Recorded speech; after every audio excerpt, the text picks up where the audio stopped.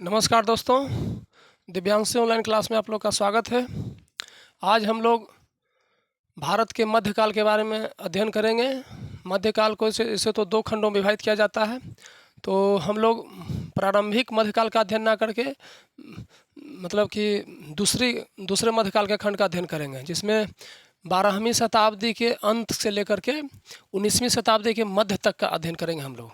ठीक है, तो चलिए आइए अध्ययन करते हैं। 1191 में तो पृथ्वीराज चौहान विजयी हो गए थे, है ना, जीत हासिल कर लिए थे, परंतु उनके दिलेरीपन के कारण मोहम्मद गोरी ने उनका फ़ायदा उठाया। भारतीयों के सीधापन के कारण मोहम्मद गोरी ने उनका फ़ायदा उठाया, विदेशियों ने उनका फ़ायदा उठाया।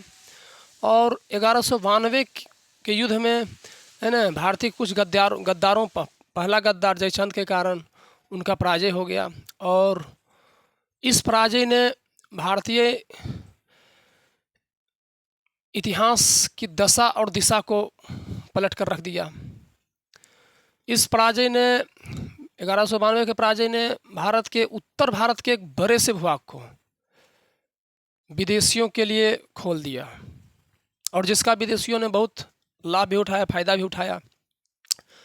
लाभ के रूप में भारतीयों पर अत्यधिक अत्याचार, शोषण, ठीक है, कई तरह के प्रताड़ना इत्यादि का सामना भारतीयों को करना पड़ा। तो चलिए आज हम जानते हैं उसके बारे में। तो यह जो आज हम जानेंगे, यह विषय भारत के मध्यकालीन इतिहास का अध्ययन है, महत्वपूर्ण हिस्सा है। मध्यकालीन इतिहास का महत्वपूर्ण हिस्सा, बहुत महत्वपूर्ण हिस्सा। अगर ये हिस्सा नहीं रहे तो भारत, है ना, आज भी सोने की चिड़िया होती और आज भी विश्व गुरु होती। आज भी भारत विश्व गुरु होता अगर ये हिस्सा ना होता तो यह विशेष रूप से कक्षा 10 के विद्यार्थियों के लिए बहुत महत्वपूर्ण है, और कक्षा 10 के विद्यार्थियों के साथ साथ प्रतियोगी परीक्षाओं के लिए बहुत महत्वपूर्ण है। ठीक है, तो चलिए शुरू करते हैं। तो शुरू करेंगे सल्तनत काल से। किस काल से? सल्तनत काल से। सल्तनत काल किस अवधि को कहा जाता है? तो 1206 से लेकर के 1526 तक के अवधि को सल्तनत काल कहा जाता है। ठीक है, सल्तनत काल कहा किसे जाता है? ठीक है, तो सल्तनत काल जिस काल में, ठीक है, जिस काल में राजा को, काल या समय लिख दीजिएगा, जिस समय राजा को, या जिस काल में राजा को राजा ना कहकर सुल्तान पुकारा जाता था। जिस काल में राजा को, लिखे, जिस काल में राजा को सुल्तान कहा जाता था। क्या कहा जाता था? सुल्तान। ठीक है, कहा जाता था। उस काल को सल्तनत काल कहा जाता है। सल्तनत काल कहा जाता है। ठीक है, सल्तनत काल की अवधि है भारत में, सल्तनत काल की अवधि है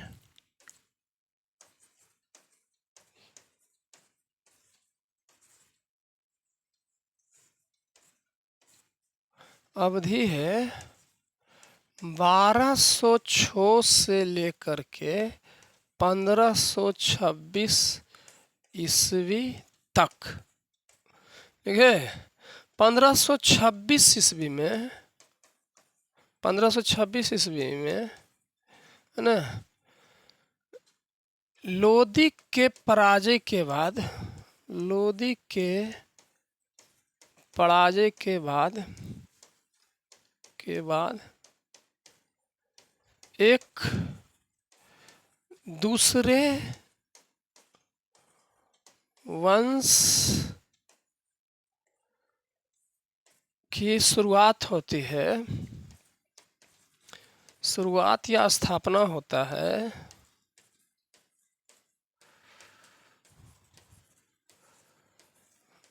जिससे मुगल वंश कहा जाता है। ठीक है, जिस काल में राजा को राजा ना कह करके सुल्तान कहा जाता था, उस काल को सल्तनत काल कहते हैं। सल्तनत काल की अवधि 1206 से 1526 ईस्वी तक, ऐसे तो है ना थोड़ा सा 10-20 साल और पहले भी था, लेकिन 1200 मुख्य रूप से 1206 से 1526 ईस्वी तक। और उसके बाद 1526 ईस्वी में इब्राहिम लोदी के पराजय के बाद, ठीक है, और बाबर के जीत के बाद एक नए वंश का उदय होता है, जिस वंश का नाम है मुगल वंश। और मुगल वंश का अवधि है, मुगल वंश की अवधि है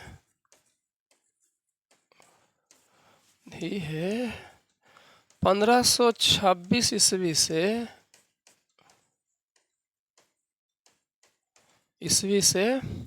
1857 ईस्वी तक। 1857 ईस्वी तक।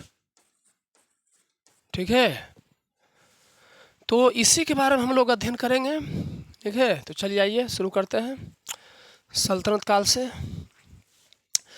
सल्तनत काल बता दिए कि किसको कहते हैं, आप लोग वीडियो देख करके पॉज करके लिख लीजिएगा, सीख लीजिए, याद कर लीजिएगा। तो सब सल्तनत काल में सबसे पहला जो वंश का स्थापना होता है भारत में, गुलाम वंश। ठीक है, तो गुलाम वंश जिसका संस्थापक कुतुबुद्दीन ऐबक, जो मोहम्मद गोरी का एक गुलाम था, ठीक है, वो था। और गुलाम वंश का जो अवधि था 1206 से 90, 1206 से 1290, लगभग 84 वर्ष, लगभग 84 वर्ष तक शासन किया। 84 वर्ष तक, ठीक है, शासन किया इस वंश ने। ठीक है, तो संस्थापक था कुतुबुद्दीन ऐबक, गुलाम वंश का संस्थापक कुतुबुद्दीन ऐबक, परंतु वास्तविक संस्थापक जो माना जाता है उसको आगे बढ़ाया कुतुबुद्दीन ऐबक। तो स्थापना करके वंश का स्थापना करके कुछ समय बाद गुजर गया, मृत्यु हो गया उसको, लेकिन उसको वास्तविक संस्थापक माना जाता है ना, इल्तुतमिश को। इसको इल्तुतमिश, जो कुतुबुद्दीन ऐबक का गुलाम था। ठीक है, कुतुबुद्दीन ऐबक का गुलाम था इल्तुतमिश, वही वास्तविक संस्थापक उसको माना जाता है। फिर 1290 में इल्तुतमिश के कुछ है ना रजिया सुल्तान, जो भी इसका शासक था, रजिया सुल्तान से शासक छीन करके उसी के एक है ना इल्तुतमिश के एक जो थे जलालुद्दीन खिलजी वंश के हाथ में चला जाता है। और उसके बाद खिलजी वंश का उदय हो जाता है, खिलजी वंश का स्थापना होता है ना, जिसका संस्थापक है जलालुद्दीन खिलजी, जिसका संस्थापक है जलालुद्दीन खिलजी। ठीक है, जलालुद्दीन खिलजी का अवधि है, खिलजी वंश का अवधि है 1290 से 1320, 1290 से 1320, मात्र 30 साल, मात्र 30 वर्ष तक शासन किया इसने। ठीक है, शासन किया इसने। फिर उसमें जो सबसे हरामी राजा था खिलजी वंश में, जो कट्टर था, क्रूर था, निर्दयी था, हत्यारा था ज़्यादा, अलाउद्दीन खिलजी। ऐसे तो ये सब जितने हैं सभी भारत के हिंदुस्तानियों के लिए सब हरामी थे, बहुत दुष्ट थे, बहुत क्रूर थे, बहुत निर्दयी, बहुत हत्यारा थे। ठीक है, बस सब के सब है ना। तो लेकिन पढ़ना हम लोग के मध्यकाल के विषय में, पढ़ाई के बारे में है, इन लोगों के बारे में तो पढ़ना ही पड़ेगा हम लोग को, है ना। तो इस कारण जान लेते हैं, सब दुष्ट थे, सब के सब, है ना। तो जलालुद्दीन खिलजी वंश का संस्थापक, और उसका जो प्रतापी राजा था, मतलब कि निर्दयी राजा था, क्रूर राजा था, अलाउद्दीन खिलजी, है ना, जो इसी का भतीजा था। ठीक है, और इन मुस्लिमों में एक प्रकार, हिंदू में तो ऐसा नहीं है, बहुत कम है, लेकिन मुस्लिमों में एक प्रकार का होता था, एक दूसरे को ही मारकर, अपने वाले को ही मारकर दूसरा राजा बनता था मुस्लिमों में। ठीक है, वहीं से भारत का विनाश भी शुरू हो गया। जो सोने की चिड़िया था, भ्रष्ट, वहीं शुरू हो गया था, और अंग्रेज़ तो पूरा खत्म करके चले गया। तो अलाउद्दीन खिलजी सबसे क्रूर राजा खिलजी में। फिर आता है तुगलक, खिलजी को भी ख़त्म किया गया कुछ समय बाद, उसके शासक वंश को भी। फिर आया तुगलक वंश, है ना। तो पहला वंश है गुलाम वंश, दूसरा वंश आता है खिलजी सल्तनत काल में खिलजी वंश, तीसरा आ जाता है तुगलक, तुगलक है से तीसरा, चौथा वंश आता है सैयद, और पांचवा आता है लोदी। तो तुगलक वंश का जो अवधि है 1320 से 1414, 1320 से 1414, है ना। तो 80 और 10 90 94, ये अच्छा बहुत ज़्यादा वर्ष तक शासन किया है, 94 वर्ष तक शासन किया है, 94 वर्ष तक शासन किया है।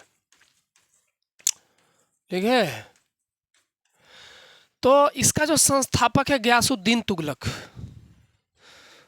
जो तुगलक वंश के संस्थापक हैं गयासुद्दीन तुगलक। कौन है? गयासुद्दीन तुगलक। और इसके जो प्रतापी राजा हैं, जो शक्तिशाली राजा है, मोहम्मद बिन तुगलक। ठीक है, प्रतापी राजा कौन है इसका? मोहम्मद बिन तुगलक। और इसमें और भी प्रतापी राजा जैसे फिरोज शाह तुगलक, है ना। पढ़ाया जाता है हम लोग को कि दिल्ली में सबसे ज़्यादा नहरों का निर्माण उन्होंने ही कराया है, फिरोज शाह तुगलक। और भी कई फरमान भी जारी किया है, वो भी प्रभावी राजा है, परंतु मोहम्मद बिन तुगलक भी इसका प्रभावी राजा है तुगलक वंश का। फिर सैयद वंश, चौथा कौन है? सैयद वंश। तो सैयद वंश का स्थापना जो हुआ 1414 से 1451, 1414 से 1451, है ना। तो 37 साल इसने कितना शासन किया है? 37 वर्ष तक शासन किया, 37 वर्ष तक शासन किया। ठीक है, सैयद वंश जो है कितना शासन किया? 37 वर्ष। इसका संस्थापक कौन है? खिजर खां। और सैयद वंश में ऐसा कोई प्रभावशाली राजा खिजर खां के बाद नहीं हुआ है ना। यही सब ज़्यादा क्रूर था। फिर आ जाता है अंतिम वंश लोदी वंश, सल्तनत काल के अंतिम वंश। इसके बाद सल्तनत काल खत्म, है ना। लोदी वंश जिसका शासन काल है 1451 से 1526। ठीक है, तो 49 इधर और 26 उधर, तो 49 26 75 साल। कितना? 75 साल। इन्होंने 75 वर्ष तक शासन किया। ठीक है, कितना वंश तक शासन किया है? 75 वंश तक। ये याद रखिएगा, पूछ देता परीक्षा में कि सल्तनत काल में किस वंश ने सबसे लंबा समय तक शासन किया, है ना। तो कहीं कहीं गुलाम वंश होता है, लेकिन यहाँ के हिसाब से हो रहा है तुगलक वंश 94 साल तक। कितना साल तक? 94 साल तक। और इन्होंने गुलाम वंश 2 नंबर पर चल जाते हैं, 84 वर्ष से शासन किया। ठीक है, और ये भी उल्टा करके पूछ दिया जाता है किस तो सल्तनत काल में कौन सा वंश सबसे कम समय तक शासन किया? तो सबसे कम समय तक शासन किया खिलजी वंश, और दूसरा है सैयद वंश। ठीक है, सबसे कम समय तक शासन करने में देख रहे हैं ना, 30 वर्ष शासन किया है खिलजी वंश, और सैयद वंश 37 वर्ष तक शासन किया। ठीक है, आगे फिर लोदी वंश। तो लोदी वंश का संस्थापक बहलोल लोदी, वो लोदी वंश का संस्थापक बहलोल लोदी। यहाँ वाला जो है ना ऊपर सब संस्थापक है, ये सब संस्थापक है। ठीक है, ये संस्थापक है, संस्थापक। और इधर वाला जो है प्रभावी शासक है, इधर वाला सब प्रभावी शासक। ठीक है, आगे फिर ये इनमें फिर क्या होता है कि बहलोल लोदी वंश में इब्राहिम लोदी के, है ना, इनमें की प्रभावी शासक है सिकंदर लोदी, इब्राहिम लोदी। ठीक है, इनमें फिर लोदी वंश के अंतिम शासक जो हैं इब्राहिम लोदी हैं। इब्राहिम लोदी से युद्ध होता है पानीपत की प्रथम लड़ाई, जिसमें बाबर का युद्ध होता है इब्राहिम लोदी से, और बाबर जीत जाता है। और बाबर के जीतते ही बाबर अपना वंश का स्थापना करता है। ठीक है, जो है मुगल वंश। सल्तनत काल यहीं तक खत्म, 1526 में सल्तनत काल खत्म। ठीक है, सल्तनत काल 1526 में खत्म हो जाता है। तो बताए थे यहाँ पेज पे, हम देखिए यहाँ पे बताए थे भी थे कि 1526 में सल्तनत काल खत्म हो जाता है। लोदी के पराजय के बाद सल्तनत काल खत्म हो जाता है और एक नया वंश का स्थापना होता है। ठीक है, मुगल वंश। मुगल वंश का संस्थापक है बाबर, क्योंकि जो पहले जीता वही तो स्थापना करेगा। तो बाबर जीता तो बाबर स्थापना किया है, परंतु बाबर जल्दी ही, है ना, मृत्यु को प्राप्त हो जाते हैं 4 साल में, 1530 में मृत्यु हो जाती है। तो फिर आता हुमायूं। हुमायूं को, है ना, अधूरा शासक कहा जाता है। क्योंकि कई बार हारे भी, कई बार भागे भी, है ना। भागता हुआ शासक या क्या कहते हैं, यायावर किस्म के शासक, है ना, जो बढ़िया से कभी शासन भारत पे नहीं कर पाया। ठीक है, कभी अफगानिस्तान फिर भारत, मतलब कि छुपता फिरता किसी तरह शासन किया, है ना। तो मुगल वंश में जिस प्रकार गुलाम वंश के वास्तविक संस्थापक इल्तुतमिश है, उस प्रकार मुगल वंश का वास्तविक संस्थापक अकबर है। ठीक है, पानीपत के दूसरी लड़ाई में अगर हेमू जीत जाता तो अकबर पराजय हो जाता तो मुगल वंश खत्म। ऐसे ही बाबर तो 40 साल शासन किया, है ना। और मुगल वंश जितना समय तक, सल्तनत काल पूरा कितना समय तक शासन किया, 1200 से 1526, तो कितना हो गया, 320 साल, 313, 14, 15, 320 साल सल्तनत काल जो है पूरा कितना शासन किया, 320 साल तक, है ना। सल्तनत काल जो है, सल्तनत काल में सभी पांच वंश मिलकर कुल कितना शासन किया, कुल 320 वर्षों तक शासन किया।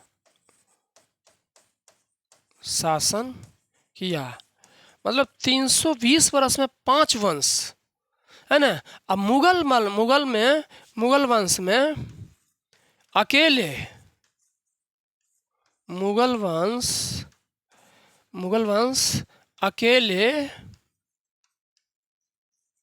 ठीक है, 1526 से 1857, है ना। तो मतलब 300 साल से अधिक, 1526 से 358, तो 322 साल, कितना, 322 साल, ठीक है।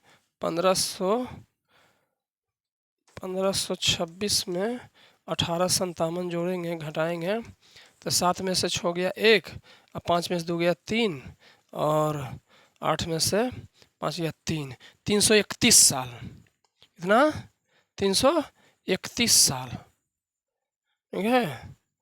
मतलब 331 साल तक मुगल वंश अकेले 331 वर्षों तक शासन किया, तक भारत पर शासन किया। हालांकि 300 वर्ष ही होगा, क्योंकि बीच में तो अंग्रेज आ ही गया था, कि अकेले 320 साल में 5 वंश, ठीक है, गुलाम वंश, ठीक है, खिलजी वंश, तुगलक वंश, सैयद वंश और लोधी वंश, और 320 साल से अधिक समय तक मात्र एक वंश, मुगल वंश। समझ लीजिए, पीढ़ी दर पीढ़ी उसका शासन करते रहा, है ना। हालांकि मुगल वंश भी भारत के हिंदुओं के लिए, भारतीयों के लिए हरामी ही साबित हुए, दुष्ट ही साबित हुए, निर्दयी ही साबित हुए, क्रूर ही साबित हुए। कोई शासक थोड़ा ज़्यादा क्रूर साबित हुआ, कोई थोड़ा कम क्रूर शासक हुआ, कोई थोड़ा कम हत्यारा साबित हुआ, कोई कम निर्दयी साबित हुआ, लेकिन सब निर्दयी ही साबित हुआ, हत्यारा ही साबित हुआ। तो चलिए, मुगल वंश संस्थापक बाबर,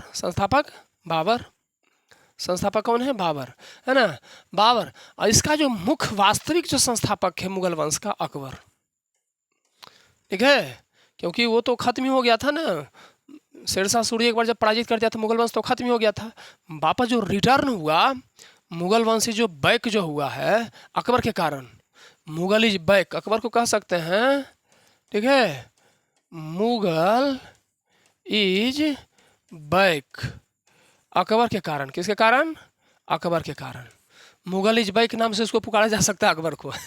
तो छोटा सा बच्चा, 14-15 वर्ष का बच्चा है, और सामने इससे कई गुना ज़्यादा सेना है और शक्तिशाली सेनापति है हेमू, और ये बच्चा उसको पराजित करके स्थापना कर रहा है, तो इसी को वास्तविक संस्थापक कहा जाएगा।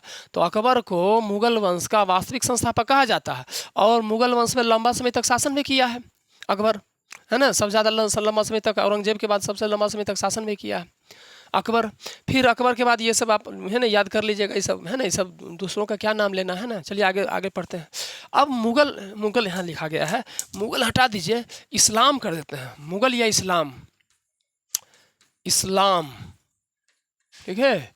इस्लाम शासकों की विशेषताएं क्या है, शोषण कह सकते हैं, विशेषताएं शोषण, इस्लाम शासकों के शोषण, ठीक है, या अत्याचार कह सकते हैं, अत्याचार। देखिए धार्मिक कट्टरता, सबसे पहले धार्मिक कट्टरता, देखिए सबसे पहले धार्मिक कट्टरता, पूरा मुस्लिम मनोड़े मार के पीट के हर एक तरीका अपना के, हर एक हथकंडे अपना के, जिस प्रकार जैसे भी अपनाना है मुस्लिम मनोड़े, मंदिरों को तोड़ करके जो डर से मुस्लिम बन गया, मस्त बन गया।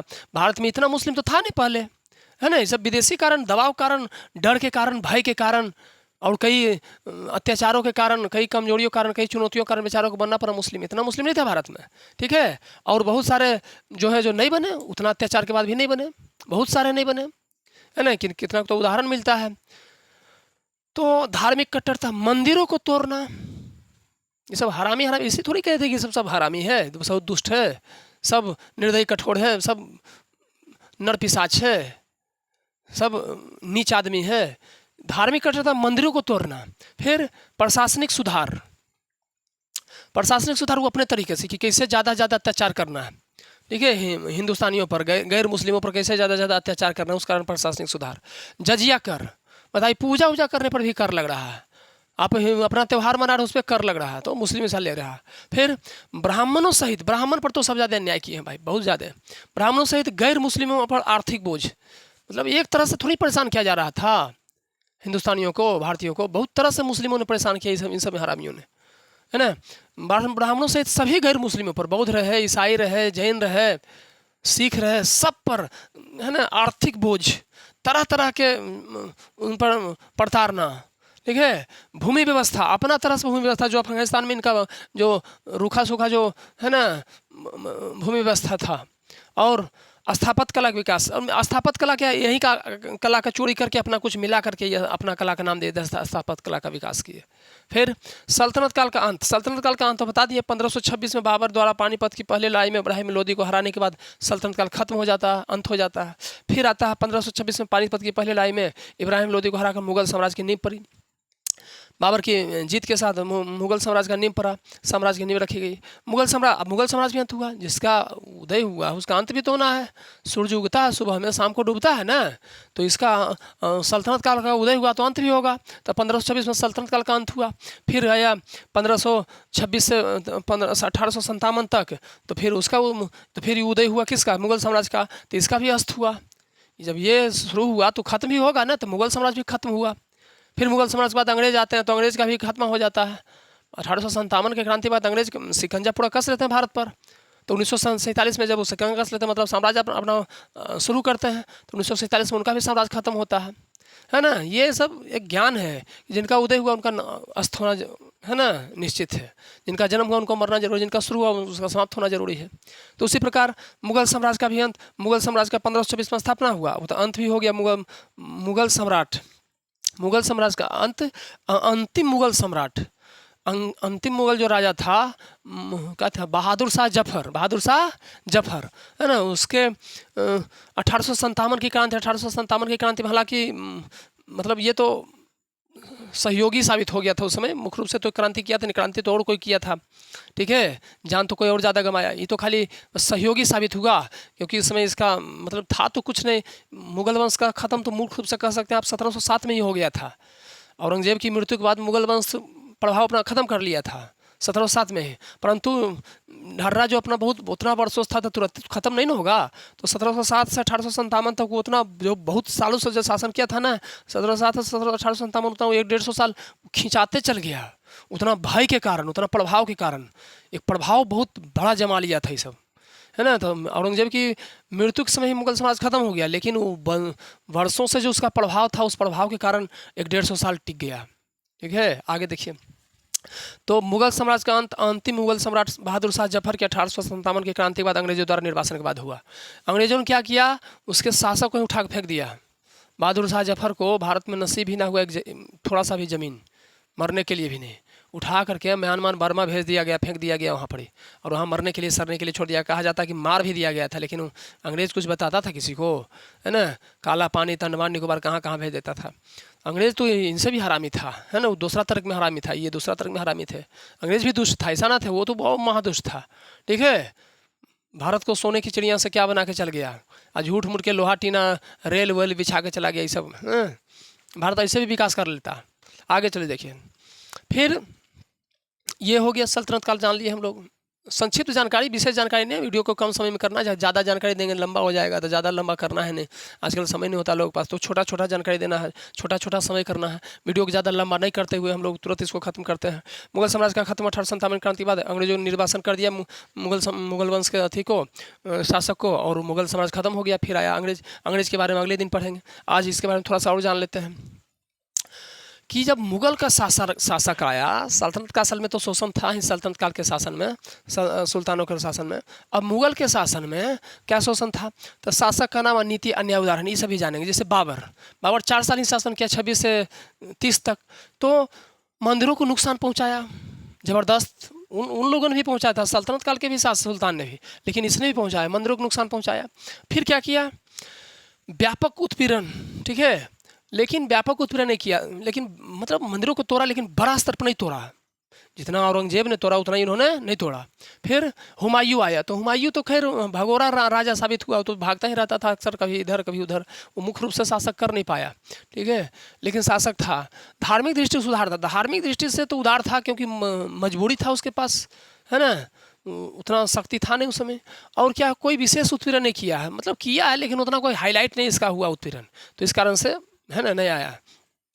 अकबर बहुत सातिर था, बहुत सातिर, बहुत चालाक, बहुत धूर्त कह सकते हैं, गिदर, बिल्कुल गिदर, ठीक है, वो चालाक होता है ना कि हाथी को फंसा के शेर को फंसा के, वैसे एकदम अकबर वैसा था, ठीक है। धार्मिक दृष्टि से उदार था, ऊपर धार्मिक दृष्टि से उदार था, परंतु अंदर से, ठीक है, मुस्लिम का जो अपना है, ठीक है, वही कोई विषय जजिया कर समाप्त किया। जजिया कर जो लगाया गया था, है ना, सबसे भारत में सबसे पहले जजिया कर किसने लगाया था, मोहम्मद बिन कासिम ने सबसे पहले, ठीक है, और फिर इन्होंने लगाया सल्तनत काल के शासक ने। तो ये जो चला रहा था अकबर, उसको समाप्त किया जजिया कर को, कि धर्म जब पूजा पाठ को कर रहा तो क्या टैक्स उससे लेना, लेकिन लेता था मुस्लिम सब, है ना, बता रहे हैं ना, कट्टरता है, सब शोषण था। तो उस शोषण के, कुछ शोषण को खत्म किया, कुछ शोषण को चालू किया अकबर ने। फिर दीन इलाही की स्थापना किया अकबर ने, दीन इलाही धर्म का स्थापना किया। और एक और बात इसमें था कि हिंदू राजाओं के साथ ये समन्वय बना के रखता था, दोस्ताना व्यवहार रखता था राजपूत राजाओं के साथ अकबर, बहुत सातिर था वो, है ना। फिर आया जहांगीर। जहांगीर क्या था, जहांगीर तुलनात्मक रूप से सहिष्णु था। अगर दूसरा से इसको तुलना करिएगा तो उस दृष्टि से सहिष्णु है ना, लेकिन कुछ मंदिरों को इसने भी तोड़ा है, ठीक है। आधा समय तो नशे में रहता था जहांगीर, ठीक है। इसका तो कहावत है कि 2 कप शराब 4 कप ये कम, है ना, ये हटाइए, खैर सब तुलनात्मक रूप से सही था, लेकिन कुछ मंदिरों को इसने भी तोड़ा है। फिर इसके बाद आता है शाहजहाँ। शाहजहाँ के बाद शोषण थोड़ा सा बढ़ जाता है, गैर मुस्लिमों पर शोषण बढ़ जाता है, अत्याचार बढ़ जाता है, धार्मिक कट्टरता बढ़ने लगता है। अब ज़्यादा गैर मुस्लिमों को मुस्लिम बनाने की प्रक्रिया ज़्यादा चालू होता है कि मुस्लिम बनाया जाए, क्योंकि उसका जो बेटा था शासन करने लगा था, वो अपना प्रभाव देना शुरू कर दिया। तो गैर मुस्लिमों पर जो था शासन शुरू हो गया, हिंदुओं पर, बौद्धों पर, सिखों पर शासन शुरू हो गया, ज़्यादा एकदम अत्याचार किया जाने लगा, शोषण उनका किया जाने लगा, प्रताड़ित किया जाने लगा। धार्मिक कट्टरता में मंदिरों पर नियंत्रण, मंदिर पर नियंत्रण, ठीक है, कि इतना आदमी पूजा करेगा, ये मंदिर यहाँ नहीं रहेगा, ऐसा मुस्लिमों का तो दुष्टों का काम है, दुष्ट वाला काम शुरू कर दिया। फिर औरंगजेब जजिया कर पुनः लागू किया। औरंगजेब आता है, औरंगजेब जजिया कर पुनः लागू करता है। जो जजिया कर को अकबर ने ख़त्म किया था उसको औरंगजेब पुनः शुरू कर देता है, ठीक है। ये मुगल वंश में सबसे कट्टर है, सबसे हरामी है औरंगजेब, सबसे बड़ा दुष्ट है, ठीक है, सबसे बड़ा निर्दयी है, सबसे बड़ा हत्यारा है औरंगजेब, बहुत हरामी आदमी था, ठीक है। तो औरंगजेब, ठीक है, जजिया कर को पुनः लागू कर दिया। कई मंदिरों को तोड़ा, कई मंदिरों को तोड़ा। गुरु गोविंद सिंह के तो, है ना, छोटे छोटे जोरावर सिंह और फतेह सिंह और जोरावर सिंह को चुनवा दिया था इस हरामी ने, बच्चे में एक पता नहीं 6-7 साल का बच्चा था, उसको चुनवा दिया था, बहुत बड़ा दुष्ट था ये, ठीक है। जजिया कर पुनः लागू, कई मंदिरों को तोड़ा। फिर तरह तरह के शोषण किया, बहुत सा को मारा काटा, बहुत सा गैर मुस्लिमों को, बहुत सा भारतीयों को, हिंदुस्तानियों को इसने मारा, बहुत सा को, है ना, जान से ही मार दिया। फिर आगे ब्राह्मणों की स्थिति, उस समय ब्राह्मणों की स्थिति कैसा था, मतलब सल्तनत काल में और मुगल काल में, मतलब मध्यकाल में ब्राह्मणों की स्थिति कैसी थी। तो ब्राह्मणों की स्थिति बहुत दयनीय थी, बहुत खराब स्थिति ब्राह्मणों की थी। ब्राह्मणों की तो छोड़िए, ब्राह्मण को तो और ज़्यादा था, समूचे गैर मुस्लिमों का, समूचे भारतीयों का, जो भारत के मूल निवासी थे। ये सब जैसा विदेशी ना, जो भारत के मूल निवासी थे, उनका स्थिति बहुत खराब था इन सब के शासन में। क्या था भाई? तो धार्मिक नेतृत्व, ब्राह्मण हिंदू समाज के धार्मिक, शैक्षणिक और सांस्कृतिक संरक्षक थे। हाँ, ब्राह्मण जो होते थे हिंदू समाज के धार्मिक संरक्षक, धर्म की सुरक्षा करने वाले, के धर्म के बारे में बताते थे इसे। फिर क्या था? शैक्षिक संरक्षण, ठीक है, शिक्षा देते थे सबको, है ना, विश्वगुरु बनाते थे, यही सब, वो भी संरक्षण थे शिक्षा के। फिर क्या थे? सांस्कृतिक संरक्षण, उनका संस्कृति, पहनावा, स्वभाव सबका संरक्षण थे, विधि विधान से सब चीज़ रहना। इन लोगों ने इनका कुछ आरोप लगा करके, इल्ज़ाम लगा करके, है ना, शोषण करना शुरू कर दिया। इस्लामी शासन में ब्राह्मणों सहित सभी गैर मुस्लिमों पर अन्याय चरम पर था। इस्लामी शासन में 15 मतलब मध्यकाल में सभी गैर मुस्लिमों पर, ब्राह्मणों सहित, अन्याय चरम पर था। कई चुनौतियाँ था। तुमको बिजनेस ही नहीं करने दिया जाएगा, तुम्हारा दुकान यहाँ नहीं रहेगा। क्यों नहीं रहेगा? क्योंकि तुम गैर मुस्लिम है। तुम मुस्लिम बनो तो यहाँ तुम्हारा दुकान रहने दिया जाएगा। तुमको कोई रोजगार ही नहीं दिया जाएगा, कोई जीविकोपार्जन कोई माध्यम ही नहीं दिया जाएगा। क्यों? तो तुम गैर मुस्लिम है, मुस्लिम बनो तब दिया जाएगा। ये सब क्या चुनौती है ना। जीने नहीं दिया जाएगा।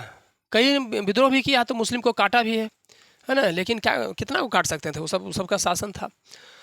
चुनौती, कट्टरता दिखाई। कट्टरता का तो नाम ही मत लीजिए, ऐसे ही सबको दुष्ट तो कहे नहीं, बहुत हरामी था ये सब, तब तो दुष्ट कहा जा रहा। कट्टरता दिखाई, गैर मुस्लिमों को प्रताड़ित किया, है ना। फिर औरंगजेब के शासनकाल में मंदिर तो सब मुस्लिम शासक तोड़ा है, सब इस्लामी शासक, सल्तनत काल के शासक रहे, चाहे मुगल काल के शासक रहे, चाहे उसके पहले के शासक रहे, सब ने तोड़ा है, लूटा है। परंतु औरंगजेब इस सब में आगे किया काम। औरंगजेब सबसे बड़ा दुष्ट था इस सब में, सबसे बड़ा पापी था इस सब में। औरंगजेब क्या किया? काशी में मंदिर को तोड़ा है, मथुरा में मंदिर को तोड़ा है, और अन्य स्थानों के मंदिरों को तोड़ा गया है। कहा जाता है यह दिल्ली में जो 2.5 दिन का झोपड़ा हो, क्या है? हिंदू मंदिर के अवशेषों पर बना हुआ है, ठीक है। तो अन्य स्थानों पर मंदिरों को तोड़ा गया, जिससे ब्राह्मणों की आजीविका और धार्मिक कार्य बाधित हुए। जैसे ब्राह्मण अपना आजीविका कैसे चलाते थे? पूजा पाठ से। तो मंदिर ही तोड़ दिया गया तो कहाँ पूजा पाठ कराएंगे? वो मंदिर में लोग चढ़ाते हैं, है ना, अपना दान दक्षिणा करते हैं, उससे ब्राह्मणों का जीविका पर्जन होता है। अब ये हरामी क्या किया? औरंगजेब सब मुस्लिम सब मंदिर ही तोड़ दिया है, तो ब्राह्मण के जीविकोपार्जन का माध्यम खत्म हो गया, बहुत दिक्कत हो गया है। तो आजीविका और धार्मिक कार्य बाधित हुआ। धार्मिक कार्य जो अनुष्ठान वहाँ जो करते थे, पूजा पाठ करते थे, वो सब खत्म हो गया मंदिर तोड़ने के कारण। लेकिन है ना, फिर मंदिर बना लेते थे हिंदू सब।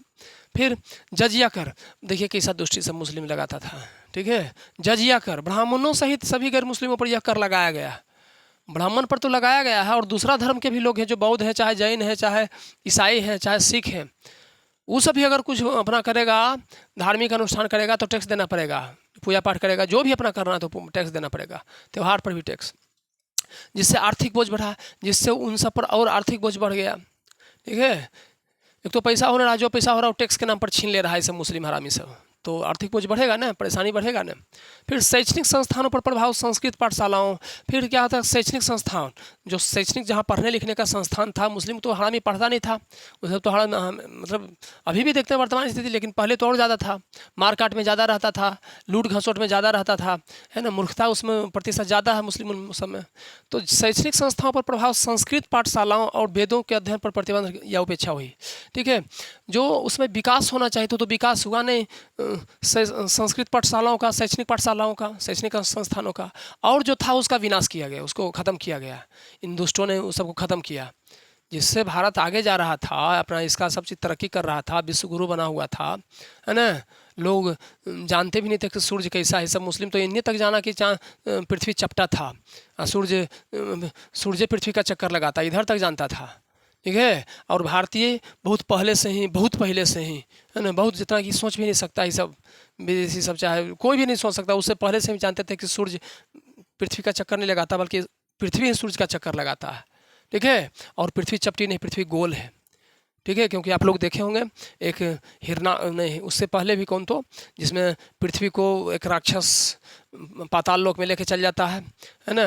तो विष्णु भगवान जब बचाने जाते हैं तो अपना जो मुंह पर लिए हुए हैं, पृथ्वी कैसा है? गोल है, और वो हजारों साल पहले से है हम लोग के मतलब इतिहास में, किताबों में, पुराणों में, कि पृथ्वी गोल है। वो अपना, है ना, वराह अवतार लेके विष्णु भगवान जो पृथ्वी को बचाते हैं, गोल है ना। तो हम कल जानते थे गोल, लेकिन ये सब तो अभी इधर कुछ समय सैकड़ों साल पहले, ये सब मतलब कुछ 100 साल पहले इधर जाना कि पृथ्वी गोल है, लेकिन हम सब हजारों लाखों साल पहले जानते थे पृथ्वी गोल है। आगे तो इसी से सबको डाह था, ईर्ष्या था, जलन था कि सब इतना आगे कैसे है। तो क्या करता था कि सांस्कृतिक पाठशालाओं को, इसमें ईसाई भी था, सब अंग्रेज सब भी, उस सभी सबको नष्ट किया है।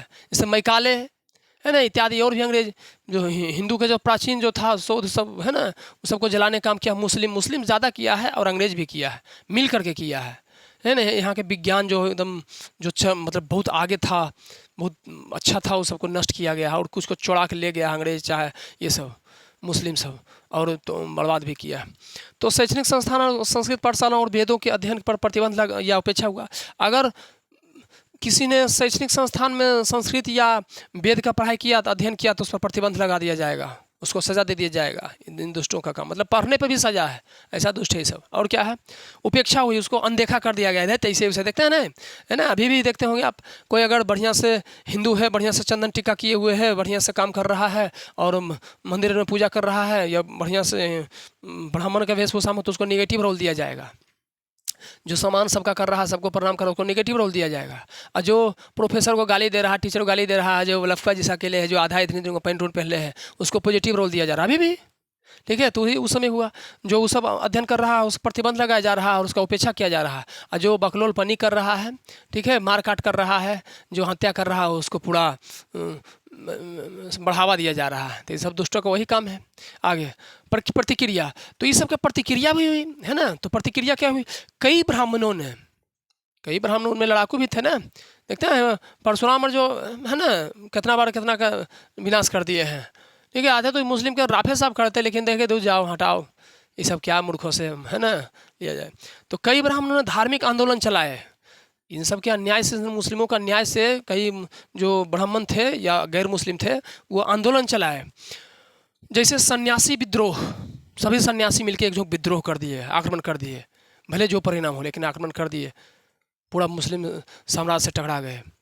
फिर कुछ औरों ने, कुछ और गैर मुस्लिमों, मराठों शक्ति के साथ मिलकर है ना प्रतिरोध किया। मराठों के साथ मिलकर, सिखों के साथ मिलकर मुस्लिमों का प्रतिरोध किया। इन सब दुष्टों का प्रतिरोध किया। ठीक है, फिर बस वीडियो के ना ज़्यादा लंबा ना करते हुए भाइयों दोस्तों, इनको यहीं पे विराम दिया जाता है। बाकी अगली जानकारी हम सब जान लिए, सल्तनत काल तो जान ही लिए, मुगल काल जान ही लिए, बस इसके बाद इसका तो अंत ही नहीं है, बहुत सारा है, अंत ही नहीं है। तो इसको यहीं पे ख़त्म किया जाता है। ठीक है, और हम लोग अगले दिन अगले वीडियो में अंग्रेजों के बारे में सीखेंगे। जिस प्रकार इन्होंने दो तह में शासन किया, कालखंड दो, मतलब कि एक सल्तनत काल मुस्लिमों ने सल्तनत काल और मुगल काल में शासन किया, उसी प्रकार अंग्रेजों ने भी दो तह में शासन किया। ठीक है, 1857 से 1757 से, ठीक है, प्लासी युद्ध के बाद 1757 से 1857 तक क्या बनते थे, गवर्नर जनरल, और फिर कंपनी शासन था। और 1857 से 1947 तक, ठीक है, अपना वाइसराय बनता था, जो क्राउन के हाथ में शासन चला गया। तो अंग्रेज ने भी दो तह शासन किया, 1757 से 1857 एक शासन, एक तह, और 1857 से 47 तक, है ना, लगभग 200 वर्षों तक अंग्रेज भी शासन किया। तो चलिए, आज का वीडियो यहीं खत्म होता है। धन्यवाद। आप लोग लाइक सब्सक्राइब करिएगा, बताइएगा कमेंट में कि कैसा लगा वीडियो। ठीक है।